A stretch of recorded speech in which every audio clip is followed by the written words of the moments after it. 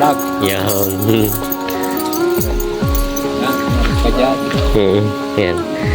Matatangkad. Kala ko ito po mga ganito may mga lahi na siya, lahi ng mula. Ito yung mga kabayan nila dito pang kargahan na ginagamit sa bukid. Ayan na, magandang tanghali mga talong. Stevie, tayo sa Barangay Ilasan sa Tayabas at tayo ay naimbitahan nila kuya dito sa kanila. Sila po ay may alagang 6 na kabayo. Pero yung nandito po ay parang 4 po, no? 5. 5 lang nandito. Tayo po ay magtatanong ng ilang impormasyon lalangit sa kanilang pag-aalaga ng kabayo at yung mga edad ng mga kabayo nila at kung paano ito sa nila ginagamit itong mga kabayo nila. Ito po nasa likod natin yung mga iba pang kabayo nila, yung iba may medyo malayo-layo. Kaya at samahan nyo ako sa ating video sa araw na ito dito sa ating pagbisita sa isang magkakabayo mga ngarga dito sa Ilasan, Tayabas, Quezon. Kaya sama-sama tayo manood sa video na sa araw na ito. Ayan, mga katalong Stevie. Tayo may pinuntahan dito isang mga ngarga dito sa atin sa Tayabas. Tatawid lang tayo ng tulay. At papakita doon yung mga kabayo na dito at malalaki ang mga kabayo na dito ginagamit pang ngarga. Tatanong din tayo sa kanila ng ilang impormasyon sa kanila pag-aalaga ng mga kabayo. Kaya po pala doon kayo sa kabila natin, ano? Dito ka pala may tulay, doon kayo dumadaan sa kabila. Ayan, no? Hindi nga makakata dito kabayo sa tulay. Ayan. Tulay na kawayan. Yun, mamaya na dito pala kanilang mga alagang kabayo. Ayan. Malalaking kabayo nga palang gamit nila dito. Nagkataon na tayo inapunta dito kay Kuya at sila daw ay ano, walang karga ngayon at maulan. Ayan, ito yung mga kabayo nila dito, malalaki. Mga pinulahan. Ilan po ito kabayo yung alaga, bossing? 5 po yan, 5. 5? Madami ano. Ibig sabihin ko po ito ay paano pag-aalaga ng ganito mga kabayo nyo? Kinukumpay po ang damo. Kumpay lang ng damo ang gawa nyo. Painom ng feed. Ilang beses nyo sila kinukumpay maghapon? Isang beses lang po maghapon. Isang beses lang po ba inuulan nyo rin sila o talagang tuloy-tuloy na kanya isang ganito lang karami? Yan po ay hanggang hapon isang sakong kumpay. Isang sakong kumpay lang pala. Mas matipid pala siya kaya kumpara sa mga bakat kalabaw, ano? Hindi siya ganun malakas kumain. Tapos ang feeds niya ay tuwing isang beses lang. 3 beses po painom maghapon. 3 beses naman. Doon pala nabawi sa feeds siya. Doon sa pizza. Ilang 1 kilo. 1 kilo. Kada painom. 3 beses. Malaki-lakas din pala sa gastos ng kabayo. Ayan. Magastos na din po. Magastos pala sa pag-aalaga ng kabayo. Isa, malaki. Ito, malaki. Ito yung mga kabayo nila dito at ginagamit doon sa mga kargahan. Nakausap natin si bossing kapatid ba yun, ano? Ito yung ibig sabihin ko anong lahi ng mga kabayo ito, mga mula ba ito? Hindi na. Po, ito po yung native land din. Pero malalaki siya, ano? Malaki lang. Kahit native siya. Native. Mga native lang daw ito, pero ang mga pagkakabayo na malalaki. Malaki po. Ang pakain nyo lang yung ganito lang mga napier. Tapos bossing hindi nyo na sila inuula. Hindi, pag maulan po ay maulan, nakasilong. Nakasilong na lang. Mas maganda talaga pag ganito kabaya pala, hindi siya pwedeng katulad ng mga na nakaula sa sa ulanan. Ano, mahina siya sa ulan? Hindi naman. Ano po, sinisipon? Pag sinipon siya na ganito, kunyari, ito sinagkasipon siya, ano ginagamot nyo? Painom lang po ng betrasin. Betrasin din ang gamit nyo? Kumbagay parodi sa mga bakat kambing, ano? Ganun din po. Betrasin daw ang ginagamit nila dito. Iba po, 5 ito, inahin po yung 2. Yun, nilalabas lang ni Kuya. Tingnan natin yung iba dito. Betrasin din palang gamit nila. Ano yung sinusupak? Kasama po sa painom. Kasama sa painom. Ayun. Marami nga pala sila bossing dito na kabayo. Ayan. Ayan, no. Yan po yung binibenta nyo. Hindi ko lang pinagbili. At hindi nyo pala po pinagbili. Ginagamit nyo pa naman yata po ay. Ginagamit. Oo. Pero maganda po ang mga katawan niya. Ito pala po yung mga ganito. Kala ko yung mga lahi na ng mga mula. Hindi pa pala. Tagalog lang po yan siya. Pero parang ang lalaki ng pagkakabayo niya, kuya, no? Tagalog. Merong pindibagan ito na kalalaki. Ibig sabihin, kuya, patanong ko lang po, ito may ilang taon na yung ganyan kalaki? Ay, ito yung mga 7 taon lang. Hanggang ilang taon po pwedeng gamitin ng ganyan mga kabayo? Ay, matagal din ng 20. Kaya po ng 20 din taon? Oo. Yun, palang ano. Ayan po. Pero po sa pag-aalaga niyo, ilang taon na po kayo nagkakabayo dito? Ay, ako matagal na. Baka ako yung mga 30 taon na. Matagal na rin po talaga. Yun po pinaka-ano niyo talaga, anak buhay niyo. Oo. Yung pagkakarga. Sa pagkakarga naman po ay siyempre iba-ibang presyo ng naghahanap buhay kayo. Magkano naman pong bayad niyo sa kada isang karga nito? At pag ikaw ay masipag kay sa Taytay ko na yan. Sa Taytay yung kinakarga namin doon ay kamatis, por karga. Magkano po kayo sa maghapon? 150. Eh pag kinakasampu, di 1.5. Ganun din po ang ano niya. Oo. Hindi lang namin pinupir ng kabayo. Talagang mababalda din po, no? Namamayat ay. Ibig sabihin ko ito mga to, binabiyahan nyo na malalayo. Oo. Kinakarga nyo sa truck para siya gamitin sa mga kargahan. Ayun, yung palang gamit nila, sir. Tatad kami ng bulan sursugon na. Pag Layo. hila na kukulambir. Kokolambert din po.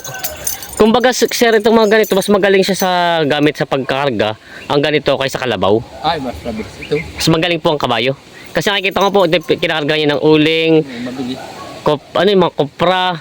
Ay, mga kopra nakikita. Tapos mga, basta po lahat halos ano. Oo, basta't kayang Kayang ano. kabayo. May napansin nga po ko parang may hila na malaking kahoy dati. Oo, Kaya pala ng kabayo yun. kaya. O, titingnan niya rin muna kung kakayanin niya muna bago ikarga. Oo. Eh, pinakamabigat niyo pong naikarga dyan sa ganyan, mga Kilo. 200. 200 kilos po kaya nito. Talaga pala nga itong mga ganito kabayo, kaya malalakas sa kargahan ng ano. Ayan po talaga ang purpose ng kabayo, no? Na pagkakargahan talaga siya. Dati nung kami naghila sa Konaya, din sa Pagbilaw. Aha, Yung meron doon vlogger na nagpunta sa amin. Aha. Kailan ba kayo? Stick yun. aha. Yun yung pinatay na ay. At ito po yung talagang pinuntahan niya yung mga kabayo niyo. Ilan po itong ulo niyo? Ilang ulo itong kabayo na alaga niyo? 6. 6 po. Marami po pala sila, sir, na mga kabayo. 6. Ito pa halos ang edad, ito pa yung mga iba. Oo. Ay, yung iba dyan lang medyo pet-pet. Ito yata ang pinakamagandang kabayo nyo eh. Yung isang. Ayun na doon yung hinawakan ni Kuya. Yan. Ito pala ginagamit nila sa... Kagagawin pa sa hila na kukulambir kaya may na. Kaya payat. Kumbaga na ano din sila. Pag pinuntahan mo mga 5 araw yun. Maganda-ganda. Gumaganda na ulit yung katawan nila. Pero Kuya, matatanong ko lang. Ngayon po, sang-ayon ba kayo na... Kasi alam niyo, napapanood niyo yung ating vlog. Yung mga kabayo ngayon, pag pinapakatay na nila, ayos lang ba sa inyo ipakatay? Ay ako. Kasi ang dami nakikita ko sa mga livestock na dinadala, kinakatay na daw ang kabayo ngayon eh. Pag ako ako, pag kabayo ko. Oo, ayaw nyo po. Talagang matagal yung pinakinabangan ano. Ito po ilang taon nyo na ginagamit sa pagkarga? Bali 8 taon na. 8 taon na. Talagang malaki na rin palang kinita niyan ano. Ayun po, natanong ko sa anak nyo, ang anong kalimitan po naging sakit ng mga kabayo sa inyong experience sa pag-aalaga? Ay wala pa akong nagkakasakit. Wala pa po. Yung sipon-sipon na lang po siguro ano. Kaya ang ano nyo, suggestion nyo po pag ganito, talagang kailangan may bahay din ng mga kabayo. Ay tamo mga ba. Oo nga. Ano kaya kayo, matanong ko pala po, saan mahina ang kabayo? Sa init o sa ulan? Sa ulan. Sa ulan. Parang baka din siya ano. Sa ulan. Hindi ka tulad ng kalabaw, ulan ang gusto. Pag mga 2 gabing ulan na nilalamig.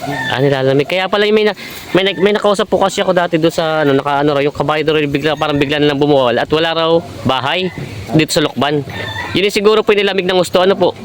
Ay tamo mga ganda ang aming kuday. Yun mga kulungan nila Kuya doon no. Ayun po yung isa, ito lang ang isa doon nakahiwalay. Oo. Talagang ginagawa niyo sila ng mga bahay, tinatin itong mga kabayo niyo sir. Pero kung sakali po ito hindi niyo nang pabenta no, talagang ginagamit niyo lang. Oo. Ito pala yung mga Tagalog lang, kala kayo yung mga lahi ng mga mula. Hindi naman. Kahit tawaran ng baway over sa kabayo, ako'y nanginayang gawa ng pagkay napambal na sa akin. Oo po, matagal nyo na pati napapakinabangan eh. Sila naman ni halos dito naman sa atin po sa Quezon.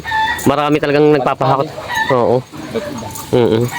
Tinan niyo po itong ganda ng kabayo ni Kuya. Talagang pinagkagastusan niya pa yung ganito. Magkano naman po nakuha niyo yung mga ganyang pakalansing nila yan? Yung pangalasik kong yan, bili ko na 2.5. 2.5 na agad. Ayan. Sa mukha. Oo, yan ang ganda ng kabayo nila. Tinatipad. Nasakay na din ako, Nay, ng foreigner sa Taytay. Sadya po. Taytay Pulse ko Taytay Pulse po. Ito pa nasa kanya ng foreigner. Oo. Binibigyan nga ako ng bayad. Sabi ko dito po sa amin ay walang bayad na sakay sa kabayo. Libre lang. Ay sinunod sa Tagaytay at saka sa Bagyo. May bayad. At hindi ko tinanggap. Ang ginawa ay binili ako ng pitch. 5 kilo. Yun ang tinanggap ko. Ayun, oo. 5 kilo pitch. Ito Kuya pala ang ganitong pagkakabayo, hindi rin, kumbaga magastos din, magastos din siya. At ilang beses nyo yung araw po pinapakain ng pitch? Kapon ay nakakadaan mga 5 kilo yan, Nay. Ganun po. 5 kilo pitch. Kaya talaga gagamitin at gagamitin nyo. Hindi pwede nang pangalaga lang kung isa lang, pero pag ganito na po karami ang kabayo, Panghanap buhay na. panghanap buhay na talaga siya, ano. Tapos Kuya, parang may napansin ako sa mga kabayo nyo, parang ito ba yung may mga sila, may bakal sa para po saan yun? Para hindi madulas. Parang pinaka-spike din sa pag dumadaan sa mga putikan na, no? Yun palang ginagawa. May nakikita ko dito para may mga pinapako. Ito naman po wala na, tinanggal nyo na. Meron. Hindi nyo po tinatanggal yun pagkatapos gamitin? Kumbaga naka-steady na rin siya doon. Papalitan lang siya pag manipis na. Yun pala. Yan ang ganda ng kabayo ni Kuya. Ito ay mga matagal-tagal para gagamitin at 57 taon pa po ito. Ito. Yan, pag yung gusto mo makita yan, punta kayo sa pag kami nangangarga. Oo. Pag ano po, saan po ba kayo mga ngarga mga minsan? Doon sa Katigan. Alam mo? Katigan. Oh, yung mga nagkakarga po kayo ng mga palay. Palay ngayon at dito sa atin matagpalay ngayon. Ayan o. Umulan na, kung hindi umulan na, hindi mo kami abot dito. Ako napaisip lang kahit umulan nga, sabi ko wala akong mapuntang iba. Hindi naalala ko, sabi ni anong anak niyo, meron nga kayo ditong kabayo mga inalagaan. Yan po, ito yung mga alaga nila ko, yung kabayo dito na napakaganda talagang. Kumbaga kahit kinakargaan sila, hindi sila, wala siyang bakas nung ano nung sugat.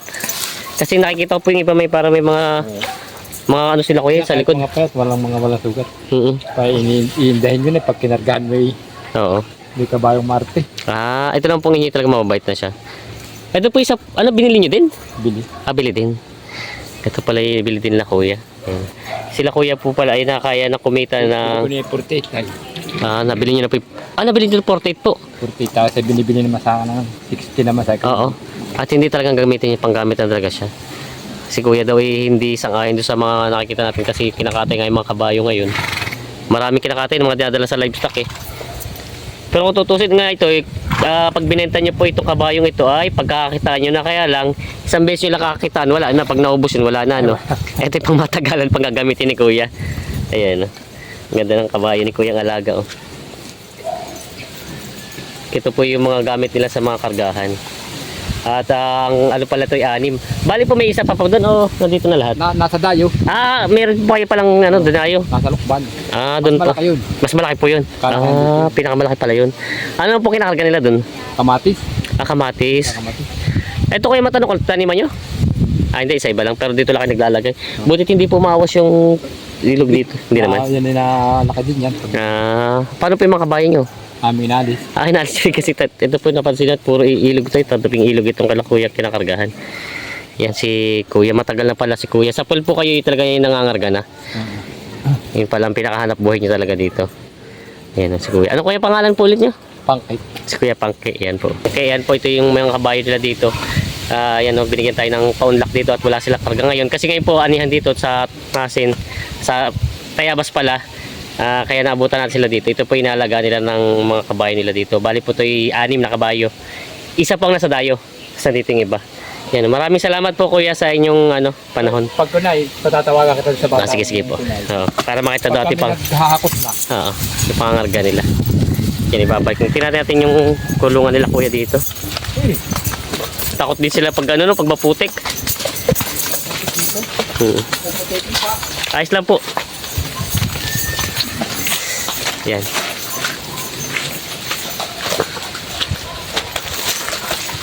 Opya.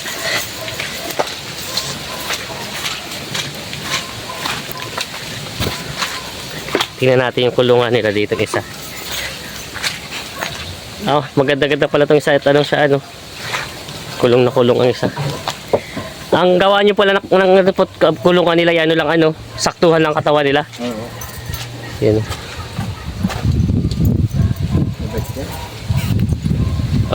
Sabay? Hindi na Okay. Ako makain siya ng damo.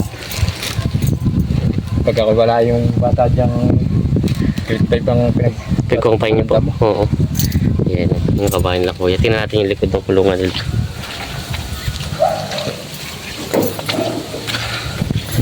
Yun. Ganito lang pala. Dapat kuya din mataas din pala yung lupa niya, Mataas yung tungtungan niya din sa... para hindi yung dumi niya pati yung putik, hindi niya siya nakakatungtong ng putik. Ito po yung nililiguan nyo din? Oo, araw-araw. Araw-araw ang ligo nito? Oo. Parang tao din pala ito, Sinasampo ko pa nga yan. At laging kinakargahan na dapat mabango. Yung isa kong nabili talaga ng galing ibang bansa ng shampoo pang kabayo. At talagang... Ay, kasi may lahi na siya. Walang lahi. Talagang lang siya, ginagastos niya lang ng ganun. Nakakita siya sa YouTube. Dati yan magandang pang shampoo sa kabayo. Nakainis ang balat. Oo nga. Ayan. Kaya maraming salamat po sa panonood mga Talongs TV. Doon nga pala po sa mga interesado lalong higit sa mga kabayo. Tayo po ay bago pa lang sa pagbablog sa kabayo kaya wala pa tayong alam kung ano itatanong sa kanila. Pwede po kayo mag-comment at para malaman natin kung ano pa bang impormasyon ang gusto niyo malaman sa mga kabayo. At doon po sa mga interesado naman magpa-vlog ng mga hayop. Alam niyo naman yung mga livestock ay pwede niyo kaimbitahan talong ito pag malalapit lang dito. At sana po ay huwag niyo kalimutan i-share yung ating mga video at palike na rin po. At tayo nga pala po ay nandito sa Barangay Ilasan, Tayabas. Yes, so ito po yung kabundukan ng Ilasan. Ngayon po ay anihan na dito. Ayan po, pa-share na po ng ating video at sana huwag niyo kalimutan mag-subscribe sa ating mga na-upload sa ating channel at sa pag-upload natin video. Maraming salamat po sa patuloy na suporta sa ating channel. God bless mga Talongs TV.